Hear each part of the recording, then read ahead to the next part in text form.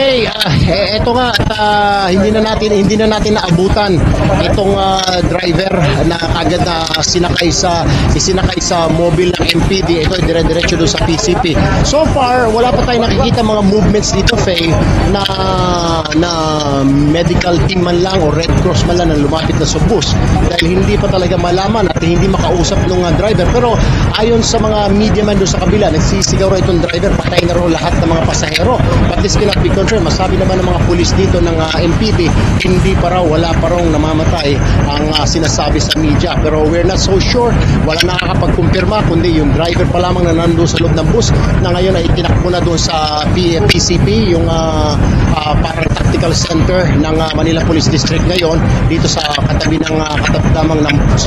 Ngayon, napapansin natin na Faye, walang movement dito sa bus.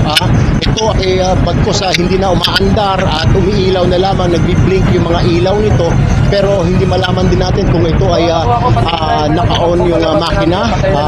Mukhang naka-on yata dahil mukhang may mga usok pa na lumalabas yung sa likod ng bus. So, meaning to say, ito ay umaandar pa rin. Hindi pa malaman. So, maging ang PNP hindi lang ma-confirm kung talagang totoo yung sinasabi ng bus driver na ubos na lahat ng mga pasahero doon sa loob, o may pinagpapatay siya, o ito ay warning shots lamang. Pero 6 hanggang 7 sunod-sunod na putok ang narinig natin dito, at nakita natin may mga balang lumabas pa sa bintana dahil yung movement ng kortina na gumalaw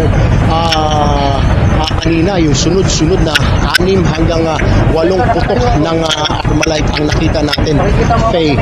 So ngayon nagkaroon ng scramble dito, medyo lumayo talaga. Kung dati nasa 50 meters lang ang distansya na doon sa kabilang area, abay umatras na ang media na hanggang 100 meters. Pero tayo dito nakaantabay pa rin sa News 5, 50 meters pa lang ang layo natin mula dito sa bus, at inaantabayanan nga natin anong pa mga latest development dito. Hindi makumpirma kung may mga patay ba talaga. Hindi rin masabi ng mga pulis dito on the ground, maging yung ground commander. Hindi ko alam kung itinatago sa atin, but then yung sabi ng driver kanina habang nagtatakbo, may mga patay daw doon sa loob. So hindi talaga makumpirma kung ano talaga ang nangyayari. Okay, nagkakaroon ng konting reaction dito, Faith, yung mga media man. Ayun na, pinasok na ng SWAT. Ayun na, pinasok na ng SWAT. Ito na, pinapasok na ng SWAT. Ayun na.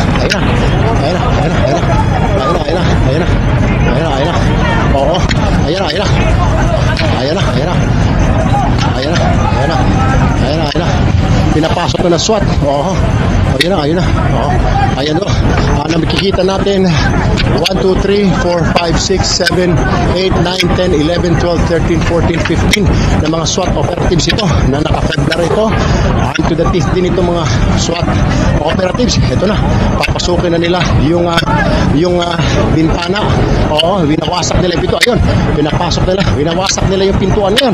Mukhang wala pang sagot si Captain Mendoza. Walang sagot ito na putok sa mga SWAT operatives. Walang mga sagot pa na putok ito ngayon. Ito, nakikita, minamaso ng isang miyembro ng SWAT itong bus. Subalit wala pang sagot na putok mula doon sa loob ng bus, Faye. So ito, nakaantabay tayo ngayon. Ito nga, any second now, ito, papasukin na ng SWAT operatives. Ito na. Ito na. Yung mga SWAT. Ito na. Naka-red.